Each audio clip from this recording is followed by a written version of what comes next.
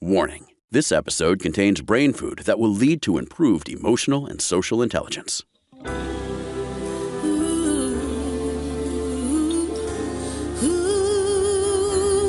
Give us 1 hour and we'll help you change the way you think about happiness. Harvesting Happiness with Lisa Cypers Kamen is fresh, optimistic, and purpose-driven media that promotes well-being from the inside out.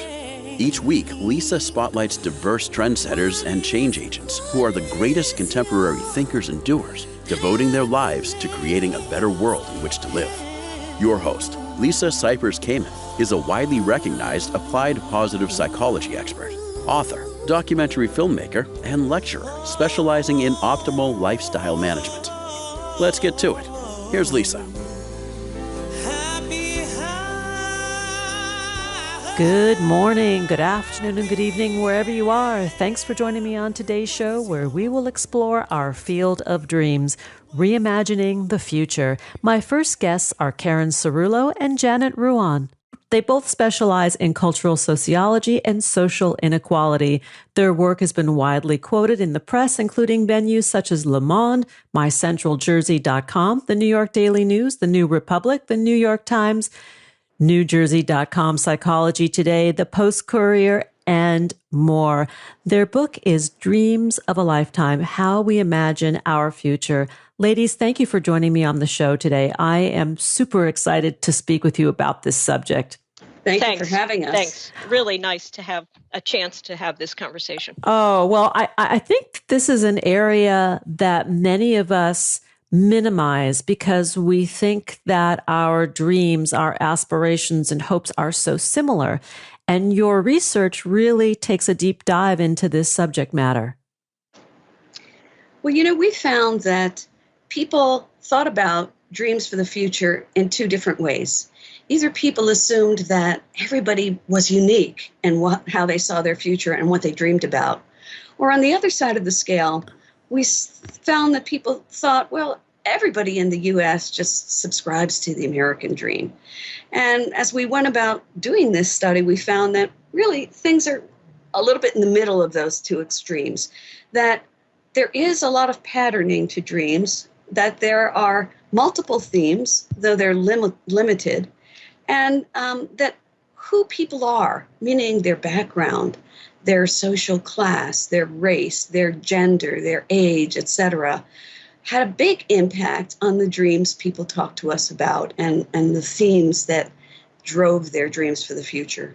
I have a question about the bigness of dreams and how that is affected by who we are, what our influences are. Well, I'm going to just jump in quickly and say that one of our findings that concerns us is that the bigness gets reduced by some social statuses. And that seems to me to be a shame. In our country, we teach people from a very early age to dream, but we also teach them to dream big. But the truth is some people's dreams are much bigger than others. Yeah. And we're a little concerned about that. Yeah, I think some of the things that influence just how big you do dream are your class. For example, those who are in middle and wealthier classes have bigger dreams and more dreams than people who are in the lower class. Your race influences it.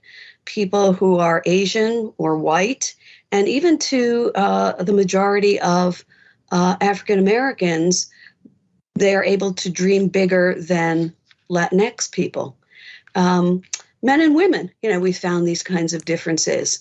Men tend to dream about things that are stereotypically masculine, like having big adventures or being football stars or having lots of fame, wealth, and fortune. And we found that women tend to dream in ways that are corresponding to a traditional female role. They dream about family, either having one or reuniting one or keeping it together.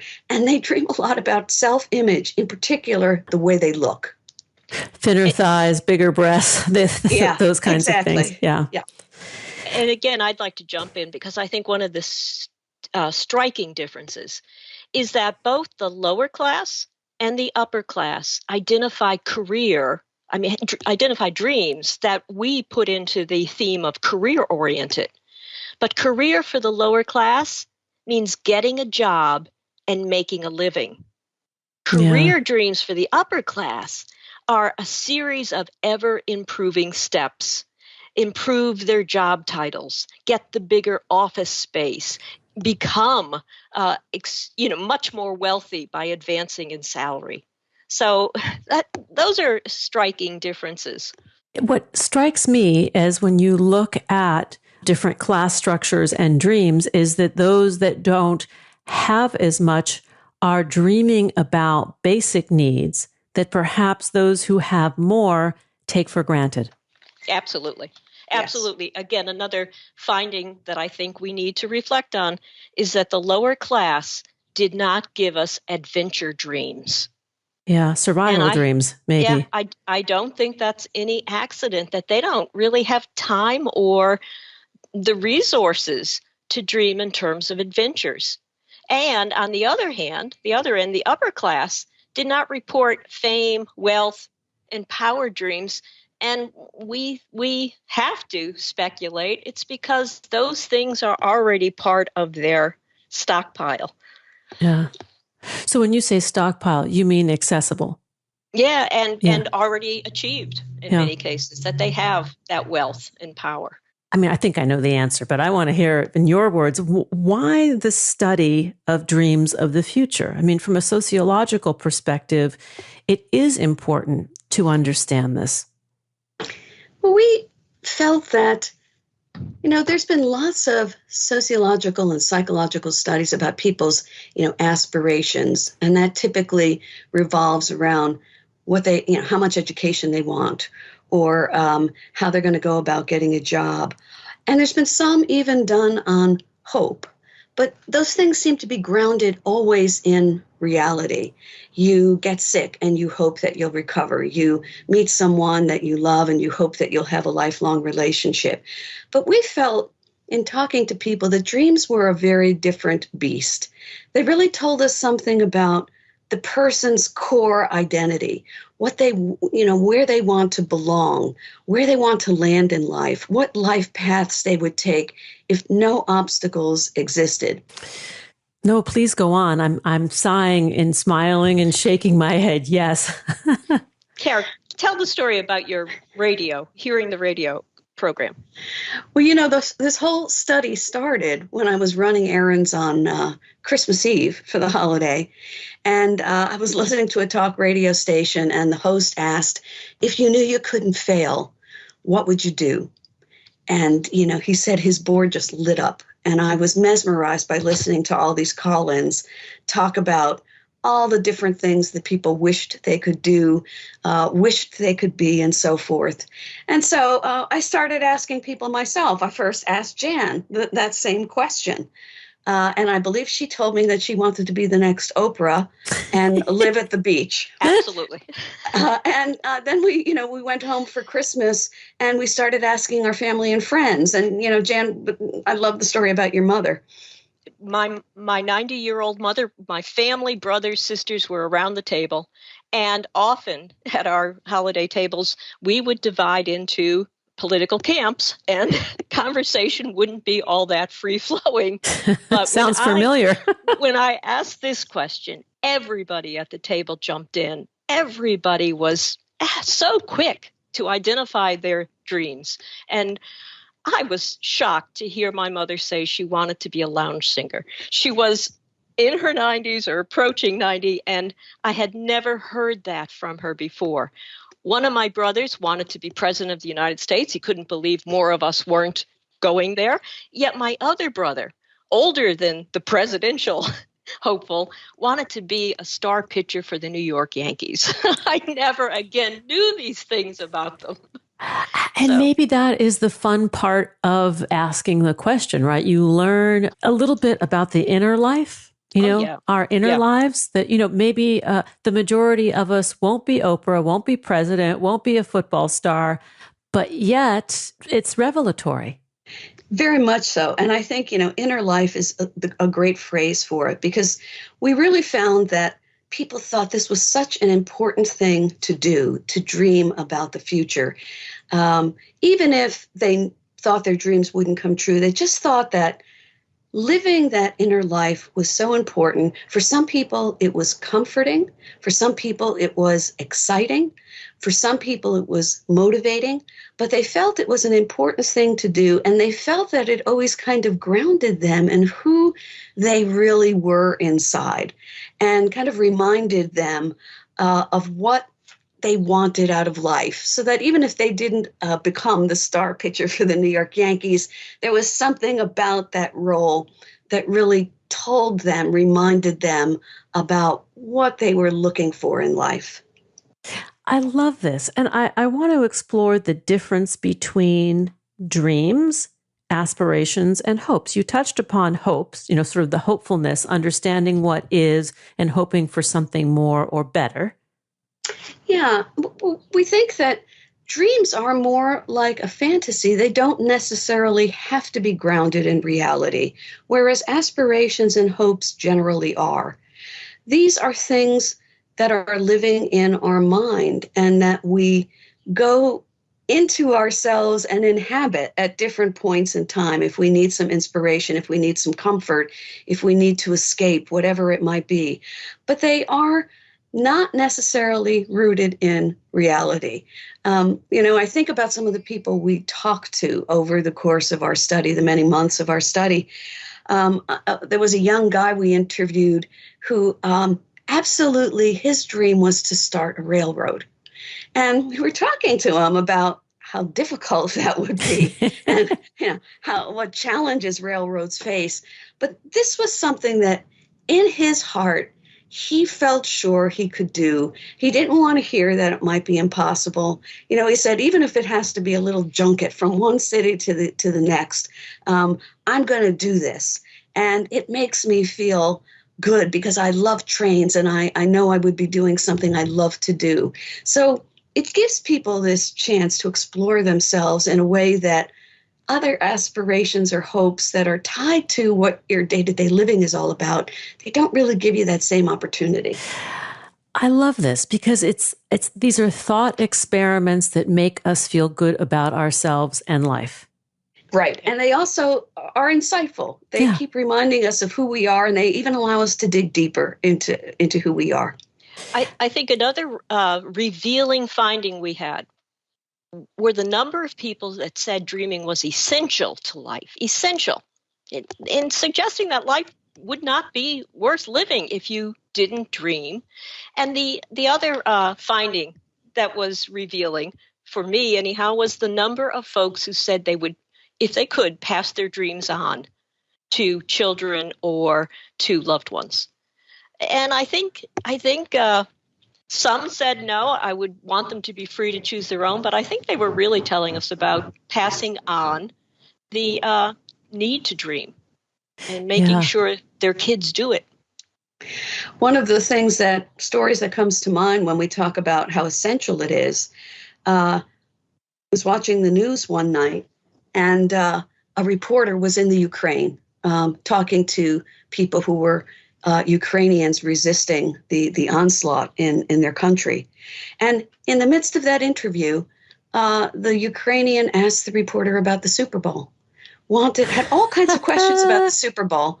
And after, posing some questions, told the reporter that it's his dream to go to the Super Bowl one day, and that he is sure he's going to do it no matter what it takes. He's going to get to the Super Bowl. And, to us, it just lit up for us, because it was again showing how important it is, even in the midst of your world falling apart, to have dreams about something. Let's take a pause, and when we come back, we will continue the conversation with Professors Karen A. Cerulo and Janet M. Ruane. We're talking about dreams of a lifetime, how who we are shapes how we imagine our future. To learn more about the professors, please go to sociology.rutgers.edu under faculty for Karen A. Cerulo and montclair.edu/sociology under staff, faculty and staff for Janet M. Ruane. Here comes the pause. We'll be right back. And that is a real thing. Hang on just a second here. Before we pause, I want to remind everyone how joyful good hair days make us feel. Winter is coming and the holidays will be upon us soon enough.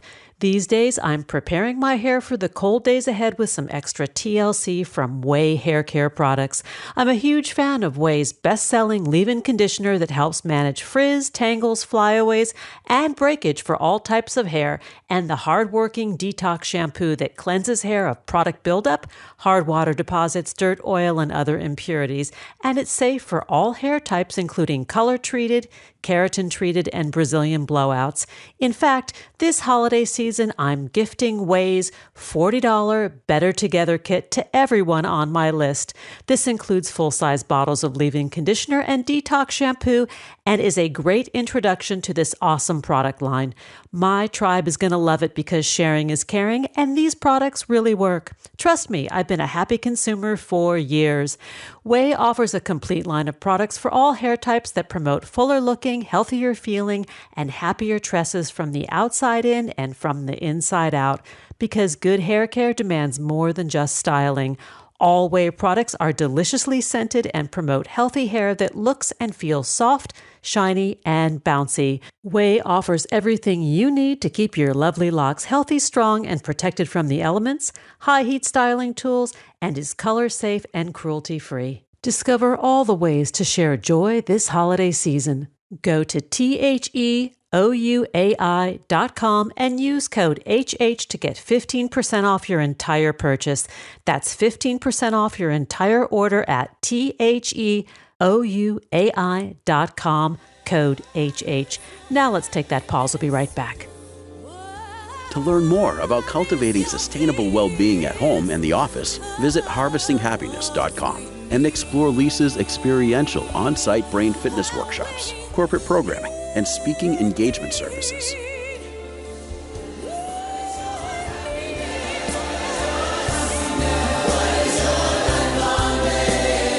And we're back continuing the conversation with Professors Karen Cerulo and Janet Ruane. We're talking about our field of dreams, reimagining the future. Let's get back to the discussion. We're talking about their book, Dreams of a Lifetime, How We Imagine Our Future. And that really is related to who we are and our own field of dreams, our own inner lives and dreams, hopes, aspirations, and that nugget that we all hold on to of who we would like to be if time and money weren't an issue. I think that's what I think about when dreaming. Yes, we're on the same page. Yeah. If time and money weren't an issue, I just want to throw that out there that I'd like to sing like Christina Aguilera. And why that is such a problem is I can't carry a tune and my family shushes me. Right. Well, I wouldn't say my mother had a pleasant voice, but I never would have thought that lounge singing was in her wheelhouse either. But I'm with your mom, though.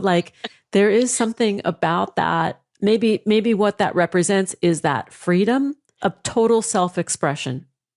Yeah. And I think that's, again, what makes dreams fantastical rather than necessarily very realistic. Because, if you really wanted to be a lounge singer, you would probably be training, you'd probably be learning a repertoire, you'd be maybe going to some open mic nights to get some experience. And but when you're dreaming about it, you're just thinking about being the person who walks into the room and everybody wants to see and hear you. You're embraced by the community. You're not thinking of, the guy who's had too much to drink and is hackling. And you're not thinking about the secondhand smoke you're breathing in. You're not even thinking about the boredom that maybe comes in by doing the same sets night after night. You're thinking about being that focal point of attention and being embraced and beloved by an audience. And maybe that also taps into our self-esteem, right? When we're in that dream state of imagining ourselves as the lounge singer or Christina Aguilera, we're in our full power, right? There's no self-doubt. We have the theme of improvement was identified as one of the top two dreams for both the lower class and the upper class respondents. But to your point about self-esteem, I think, improvement for the lower class was focused on improving themselves. Nice. Improvement, when talked about by the upper class, the dreams were about improving the world around them. Wow. Making environmental improvements, improvements to their workplace. So again, I think that's insightful. Yes, very, very, very insightful. Tell us a few more stories of people's dreams. Well, one of the things we were struck by, as I mentioned quickly before, we started interviewing people in the third and fourth grade. We thought that was the youngest we could go and still have people understand what a dream was. And we went all the way up to people in their 80s. We were struck in particular about the difference in the dreams between third graders and fourth graders. Something happened when those kids become 10 years old that makes them a little bit more tied to the real world. So our third graders were telling us things like, I'd like to own a giraffe. I dream of owning a giraffe, or I dream of flying, or I dream of being able to hold my breath forever underwater, these kinds of things. But kids get to the fourth grade and they're a little bit more career oriented. We get the baseball players and we get the graphic designers and computer game designers, and we get fashion designers or people who want to be doctors and cure a disease. There was a real jump there that we thought was interesting, because it seems that once kids got into the fourth grade and, they were hitting that sort of 10-year-old mark, that they really kind of got drawn into the things that society values in a way that the smaller kids did not. That's fascinating. And even when the dreams were a little fantastical, we had one kid who said that he'd like to win $1 million and then double it to $1 billion and then buy stuff. And I said to him, what would you like to buy? And he said, the Eiffel Tower. And so, well, that's fantastical in many ways, but it's kind of the capitalist way of thinking. So he was sort of in the ballpark already. Well, and the other point that struck us in the past few weeks, we're hearing about the dreams of some of the victims from the shooting in Texas. Yes. And there were fourth graders, and that struck us, that we heard about a little girl that was dreaming of becoming an attorney, and another little girl saying she wanted to be a marine biologist. And again, we thought, well, we're seeing that. We saw that there was this planting their feet in sort of their reality of careers, which is a huge thing in our American culture, but getting on with the business of sort of a realistic future. Getting on with the business, that it became very concrete versus more ephemeral and, wish list. Yep. We were very surprised and pleased to hear some of the dreams of the senior citizens. We had one fellow who wanted to raft, whitewater rafting in, some of the bigger rivers in the U.S., real challenging rivers. A woman who wanted a motorcycle across country with her daughter. So there was no shortage of dreams, even among people who were sort of nearing the finish line in terms of their lives. They were actually the people who were most excited, the most talkative of all of the groups that we spoke with, and had big, big dreams. And I think they were those closer to the end of life. That was the group that was absolutely insistent that dreaming was essential. It was really quite nice and refreshing, and gave us a jolt of optimism to hear from our seniors in the study. We care for a family elder in our home. She's 97. She's nearing the end of her life as we record this. And last year she said, I want to go to the mountains. I want to go to the Alps. She's from Austria. And we felt that taking her to Austria would be a bigger trip than she could handle. But we did take her to Utah, and we took her to the mountains and set her up there. We were there for 10 days, and she felt like we had made her dream come true. And it was so cool that at 96, nice. Great. Yep. That's wonderful. Really lovely. Yeah. One of the other things we were surprised about was that there were There was one group, so we talk about them as early midlife. And these are people who have been married for a few years, have started a family. They maybe have children who are, small. And these were people who actually sort of put a pause on dreaming. And when we talked to them about it, they said, going into the study, I thought, oh, these are people who are going to tell us about dreams they have for their children's lives. But no, they told us that they really thought dreaming was a luxury at that time, that they had to put all their energies into raising their children and making sure their children were safe and were on the right path, and that they had to put their dreams on pause for a period of time. So that was the one group who did the least amount of dreaming. And we were a bit surprised by that. And it's interesting because when you look at studies that are done on happiness and people report the happiest points in their lives, usually those child rearing years are the least happy. I'm thinking of that U-curve study where Right. it's sort of the bottom is the bottom, when you're really focusing a lot of time on child rearing and getting the kids to where they need to be, that the logistics are so heavy that there is no time for happiness. Yeah, right. So it's interesting that it corresponds. I want to just talk a little bit about human happiness and dreaming and the correlation between the two, that when we think of our dreams, does it increase our sense of well-being? It's a great question, and one we would love to continue this the next study book so that we can incorporate it. But many people did indicate that dreaming was their happy place. I'm thinking in particular of one high school woman whose dream was to learn all the languages of the world. And oh, wow. She had already started, I think she spoke 5 languages when we interviewed her. And she told us that when she gets depressed or when she feels down, that she'll think about that dream. And then she will go out and rent a film that's in a language she doesn't understand and listen to that language and try to pick up some phrases or learn a bit of it. And that it makes her feel happy again, that she's back on track. So I think there are a number of people in our study who suggested that they went to their dreams when they wanted to feel happier or when they wanted to be comforted or consoled. Yeah, and let me then jump in and think about the one group that we found to have the most trouble dreaming and to have dreams that were really vague and they found trouble articulating them were the unemployed. And again, in our work-oriented culture, it wasn't hard for us to understand that being without work, being let go from work, really had a dash, put a squash on people's ability to dream. I can't imagine having, again, some family members who went through this. Long-term unemployment, it just sucks the life and I think happiness out of you.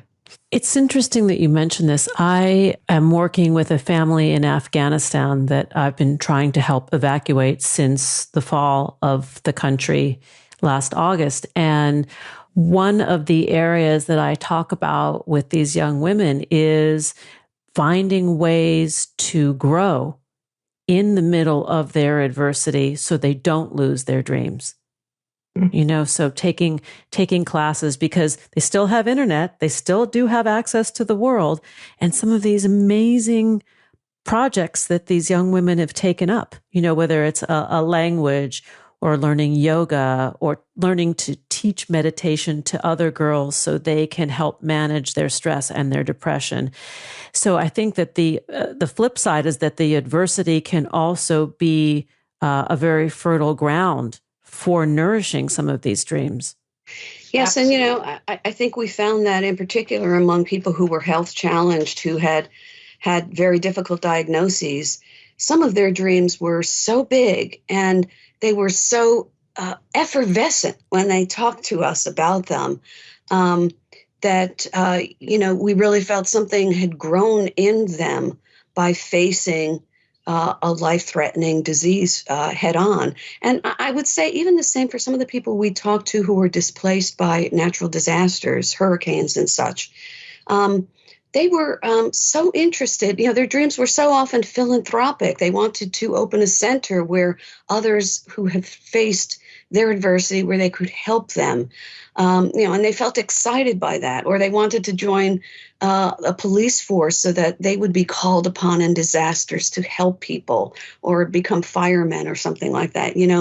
There was something about adversity that really brought them into that dream vision.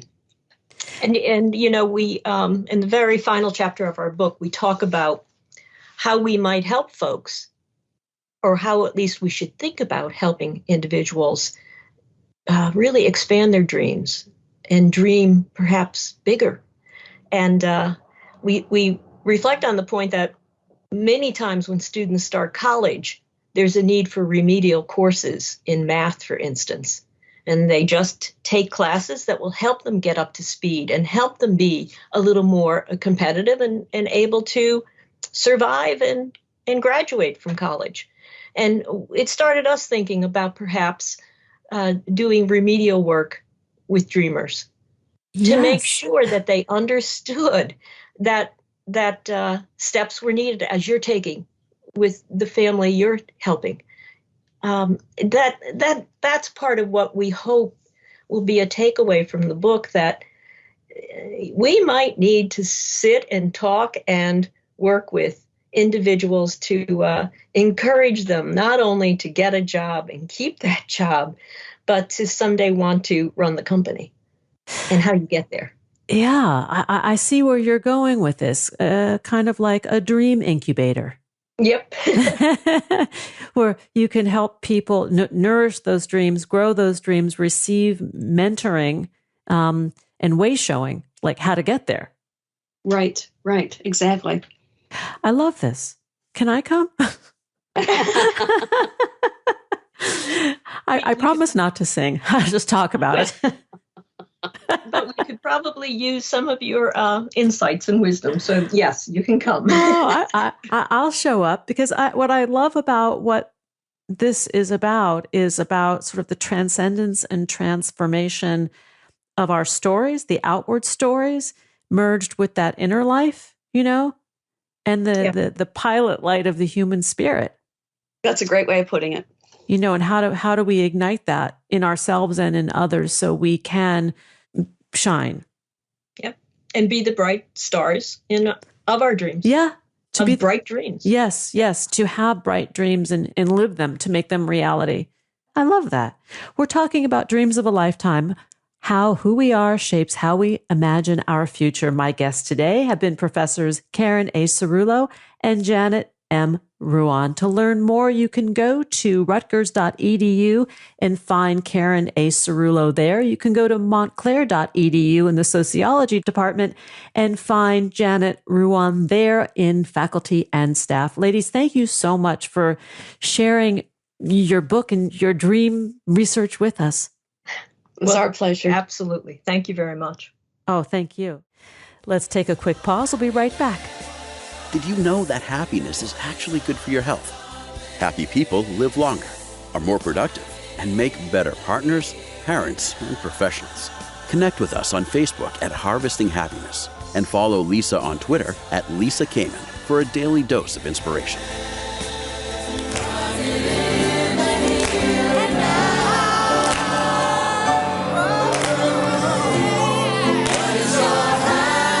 This episode was recorded while on the road, and you know what that means. Imperfect sound, imperfect technology, but still that perfect, health-consciously prepared brain food.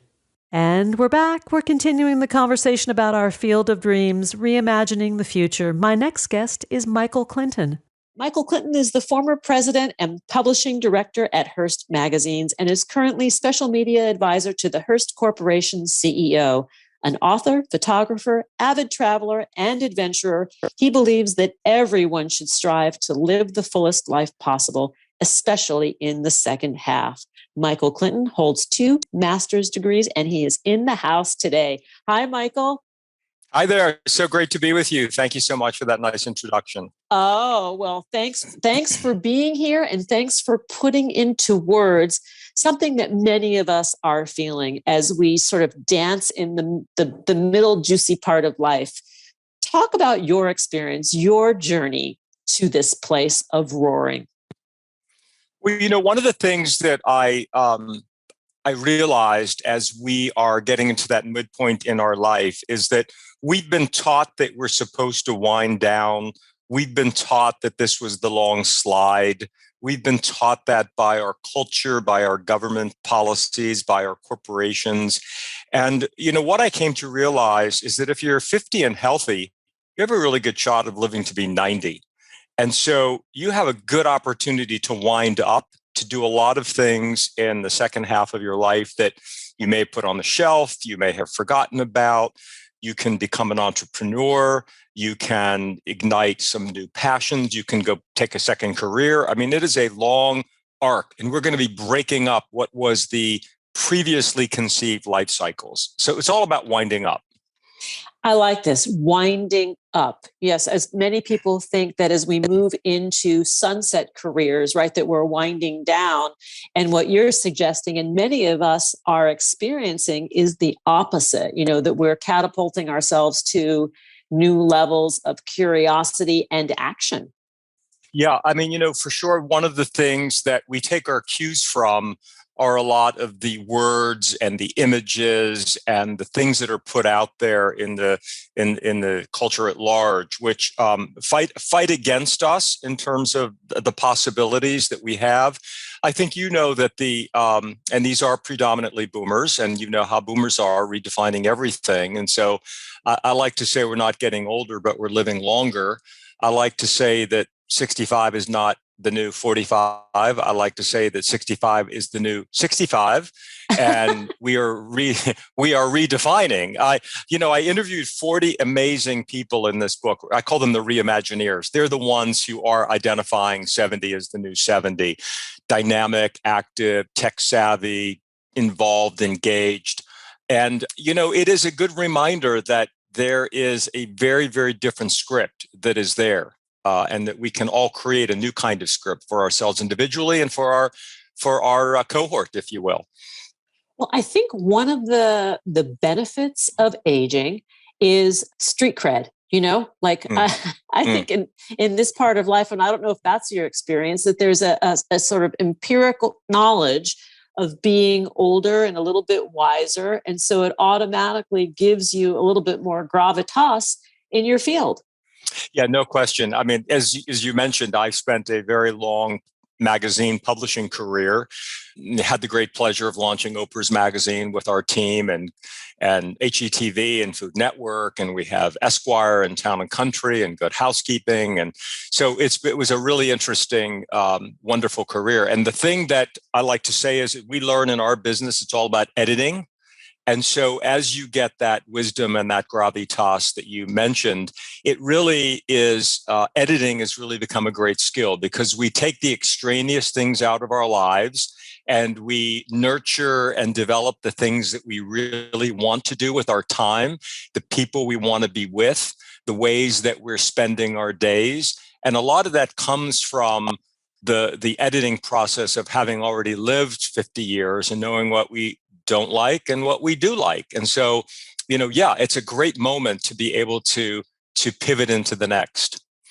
And let's talk a little bit about this process and resources. Not everybody has the luxury of being able to bounce from one career to no career and just being an adventurer and explorer, or maybe the resources to move from one job that they've had for decades to something else freely. And I think what your book suggests, I think what Roar suggests, is this level of passion in regardless of what you choose to do or are able to do. Yeah, it's a really great point. One of the things that I learned with all these interviews and the research that I did is that, people oftentimes say, well, I don't have the time and I don't have the money. And time is what we create for ourselves.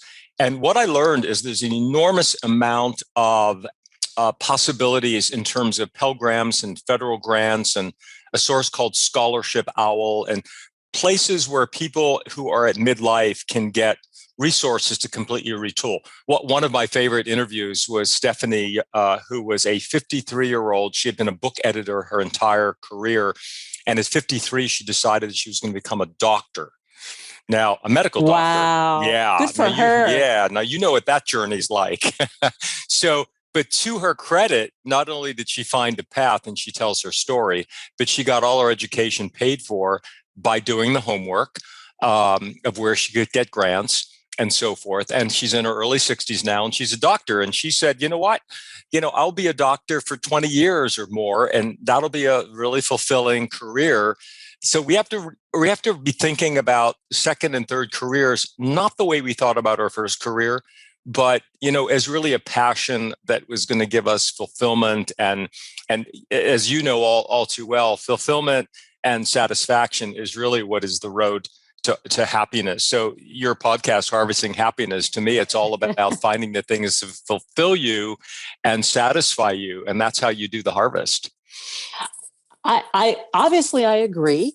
And also what I have found with what you describe is that in of itself, the satisfaction from doing the good work becomes its own kind of currency. It's very sustaining. It doesn't pay the mortgage, of course, but it does fulfill us on a really soulful level. Yeah, I think, one of the great things about being at midpoint is that you do have a perspective on that life has ups and life has downs. And while we want to pursue the moments of being happy, we know that they're cyclical. We know that there are times when things aren't great and times when things are better. And I did a great interview with a psychologist, and she talks about this very topic, this thing that also happens with people in midlife is they can get into negative self-talk. Because, I should have done this and I should have done that, and I might have done this and I might have done that. But we have to, move on from that. We did a survey in the book. We had 630 respondents about national survey. And one of the questions we asked is, if you could redo something in your past, would you? And a very high number, 76% said yes. One of the biggest responses, the number one response actually, which also created the most write-in response on the survey, was I would rethink my marriage and or the person that I married, which I thought was really pretty stunning. But if you think about it, if you're 55 or 60 and you got married when you were 25, you may be a very different person now. I mean, yeah. My own mother at 64 asked my father for a divorce after 40 years of marriage. And it was just that she had spun off into a very different kind of life that she wanted to live versus my dad. And she went on and lived that life for another 23 years before we lost her. And she, when she died peacefully in her sleep, but very happy that she lived a life for 20 some years that was her image of what she wanted to do. That level of authenticity, right? That we get to be who we are. But you often don't discover that until you're in that ripe, juicy midpoint either. You don't really know who you are. So true. Going back to words, I just don't like the word midlife crisis. I like the word midlife awakening. Yes. Because, I mean, you do, to your point, you do discover, you've lived a good chunk of time and you do know who you are and what you want. And you want to feel empowered to make the choices for a new direction, whether that's work or it's lifestyle or it's partners or whatever. And being, awoken, if that's a word, is that a word? Awakened? Awakened. You can make those decisions. Well, and I think what's interesting, I was having this conversation with my mother, who is in her late 70s, and a younger girlfriend of mine who's in her late 40s, separate conversations about the very same thing, about sort of reevaluating where one is in space and time. And, you know, when we're younger, for many of us, the push is the partnership, right? To find the one, the person with whom you make your life. And then for some, and I'm talking about myself in this category, you get to a certain point in life where, you know, I adore my partner. He is the apple of my eye and the center of my world in many ways. But if circumstances were to change, would I necessarily pursue partnership in the second half of life when life is so full with all these other things, friendships, relationships, connection, children, hopefully grandchildren? You know, you follow where I'm going with this? Yeah, for sure. I mean, I live in New York City, where there are a lot of people who are in this world that you describe. Women who, you know, never had children and didn't want children. Some are married, some aren't. Same with men. And I think that, you know, there are choices that we can now have, that if we want to be partnered, we can be. If we don't have to be. We surround ourselves with friends and the things that fulfill us. And I think there are certainly, depends on where you live, but there are lots and lots of those kinds of circles in New York, as you probably know. And here's the thing that's so interesting. One of my favorite stories, also in the book, I was listening to an NPR interview. He was 104. And she was 100-ish, maybe 101. They were a new couple. And wow. she basically said, well, I wake up every day and I roll over to see if he's still breathing. And if he is, I know we're going to have another day together.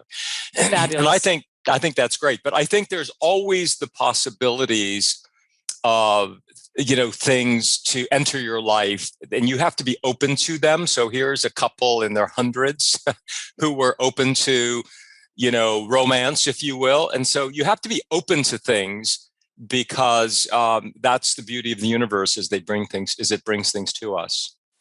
I love that. Let's take a pause. We'll be right back. We are going to continue the conversation with my guest today, Michael Clinton. He is the author of Roar into the Second Half of Your Life Before It's Too Late. To learn more, please visit roarbymichaelclinton.com, on Twitter at M.A. Clinton, on Facebook, Roar by Michael Clinton, and on Instagram, Roar Michael Clinton. Here comes the pause. We'll be right back, and that is an absolute guarantee.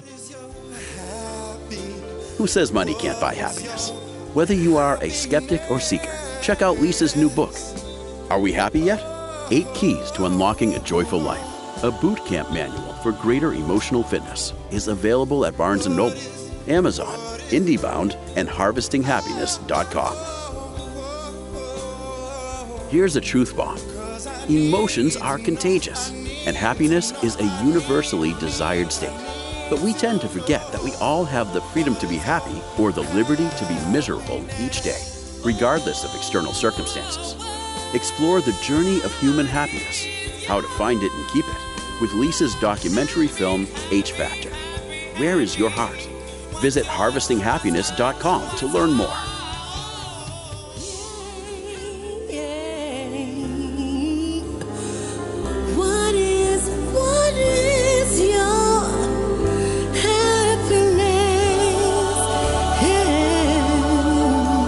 This episode was recorded while on the road, and you know what that means. Imperfect sound, imperfect technology, but still that perfect, health-consciously prepared brain food. And we're back, continuing the conversation with my guest today, Michael Clinton. We're talking about our field of dreams, reimagining the future. Let's get back to the conversation. Michael, let's just jump right into some of the statistics about our aging U.S. population, because you shared something during the break that I think is really important, and we should listen up. Yeah, I think the thing that is really to take a pause and think about this: 34% of the U.S. population right now is over 50. Every day, 10,000 Americans turn 65. In the year 2030, 1 in 5 Americans will be 65 and over. And that is creating an enormous new sensibility and group of people in the country in terms of behavior, interests, spending power, of which they have an enormous amount. That group has $15 trillion in spending power, which is double that what it was 10 years ago. And I might add, they will have the largest transfer of generational wealth in the history of the world, over $60 trillion in assets. So, of course, not everyone has the good fortune of having so many of these assets in terms of ownership, but many will. And the redefinition of how people are going to choose to live their lives in 50 plus are going to be bountiful. I'll give you an example. The Kaufman Foundation in Kansas City, 26% of entrepreneurs in this country are now 55 to 64, as people are starting new businesses after their first career. There are a dozen or more universities that have midlife transition programs, everyone from Harvard to the University of Minnesota, to help people along. I personally went back to Columbia University in my 60s and got a master's degree, which was a fascinating experience to go through. Although I have to admit, taking exams and quizzes was not something that I was thinking about before I did it. But, I was, there's this lifelong learning issue, and it is really critical to keep ourselves engaged. And then I'll give you one more stat since you asked. We have in this country about 89,000 centenarians, people are 100 years or older. Wow. Yeah, and there will be, by 2060, almost 600,000. And by the year 2100, of which those babies have been born, the projection is there will be over 5 million Americans who will be living the 100-year life. So think about that in terms of how everything is going to change as people move into their 60s, 70s, 80s, 90s, and beyond. It's going to become really a movement of change that will start now and continue on, well into, the decades ahead. Well, I think you touch upon something interesting about the notion of retirement. I think that the tide is changing. There's no one in my peer group, whether they can afford it or not, who would even entertain retirement in terms of playing golf every day or playing tennis every day. That this phase of life is a very, productive one where they're out in the world being of service, being of use to others in one form or another, whether it's creatively based or action based. So I think that that's another trend, that retirement is actually a recipe for distress for some. Like the idea of sitting at home or sitting on the golf course is more frightening than anything else. Yeah, I've been going around the country giving talks, some live, some virtual, and I think there's a theme that is emerging, very much touching on what you suggest, and that is, people quote retire, which to me is a very toxic word, which I'll get back to in a minute. That people say, well, for the first year or so, I'm like, woohoo, I'm free, I can do this, I can do that. Now, we have just, had 18 months of pandemic and we're still not completely out of it. So it put a cramp on some style.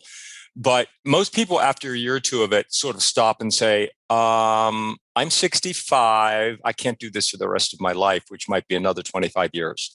So the aha moment is occurring, and so many people have brought this up to me in these various, talks and forums and so forth. And the thing that I will say is that I like the word refire as opposed to retire in whatever way you choose to do it. Because there is going to be, an enormous amount of interest to being engaged and being relevant and being involved. And there are so many different directions people can take. So the goal of the book was to really put a big spotlight on this, not only with the stories, but with a lot of tools and resources and thoughts about how one can go about doing it. So I sort of view it as a treatise about second half living. I love it. I am right there with you. I'm always looking for ways to learn new things and engage differently in the world in a multi-generational way. I think that is another thing that has become very clear at this phase of life, that we could go either way. We can go up or down with the age groups that we fit in with, and that's very liberating, right? The rules are no longer the rules. They're new rules. Yeah, Yeah, for sure. And I think we need to blow up a lot of things that no longer relevant to us. I'll give you one great example. There was a piece in the New York Times a few weeks ago about some developers who were creating multi-generational housing instead of this ghettoization of let's put all the 60 plus year olds in this one place. Yeah. And, that to me is not a great solution. In whatever form it is, it may have been a solution. It may have been a good solution when the life expectancy was 60, which was in the 1940s, early 60s. But what happens is if you move into that kind of place in your early 60s, and you're going to live to be 90, you're going to be very cordoned off by a lot of wonderful stimulation you could have from younger generations and families with children and all the above. And these developers are creating a new format. The other thing is, I think a lot of people, especially in this generation, will want to age at home. And with medical technology and AI and new caring services, people will be able to do that as opposed to having to be moved into facilities that is sort of not the most desirable in terms of the environment. So aging at home is going to become more and more the new normal as well. So I think we're on the verge of a lot of change in this whole space. I think so too. I mean, to go back to talk about what you were saying about like residential communities for older people, that, those are no longer sort of warehouses to death's waiting room, this multi-generational model, especially because the definition of family has evolved so much over the last 20, 30 years, right? What constitutes a family, and a family of choice versus a family of origin? So I think that living model, it makes good sense. Yeah, I think that this was the generation, the older boomers were the generation that were first talking about communes and living in communes. Yes. So let's bring back the commune in a different constituted form. Yes. My fantasy is to live in a big compound with all my friends and a few families thrown in and, have a really great time. So let's think about new ways of creating communities that can do that. I am with you. We have a joke around our place that everybody should have their own Airstream with a hammock, with a communal lodge and kitchen. Yeah, perfect. Perfect. Yeah, I agree. I hear you. Well, what good fun this has been. We've been talking with Michael Clinton today. His book is Roar into the Second Half of Your Life Before It's Too Late. To learn more about his work, please go to roarbymichaelclinton.com, on Twitter at @MAClinton, on Facebook, Roar by Michael Clinton, and on Instagram, Roar Michael Clinton. Come back, hang out. Let's talk more about growing young or growing old fashionably, because this is good fun. Yeah, thank you so much. It's been great fun. I've really enjoyed it. And we're going to be actually launching the Roar newsletter in January, so you can sign up on roarbymichaelclinton.com. Wonderful. Thank you, Michael. Thanks for joining us on Harvesting Happiness today. This is Lisa Cypers Kamen on behalf of my guests, Professor Karen Cerulo, Professor Janet Ruane, and Michael Clinton, wishing you kind thoughts, kinder words, and the kindest of actions. Until next time, remember, happiness is an inside job. Happiness is your inside job. Please go out and rock your day, and remember to be kind to one another. Keep harvesting your own happiness anytime and anywhere, from the comfort of wherever you are. Subscribe, listen, and share hundreds of downloadable episodes via our free app or from our libraries at toginet.com, iTunes, Google Play, and other fine podcast platforms. To learn more about Lisa's global consulting services, please visit harvestinghappiness.com. Spread more joy by liking us on Facebook at Harvesting Happiness and following Lisa on Twitter at Lisa Kamen. Harvesting Happiness is produced in collaboration with TogiNet Radio, KBUU Radio Malibu.net, and is available on PRX, the Public Radio Exchange.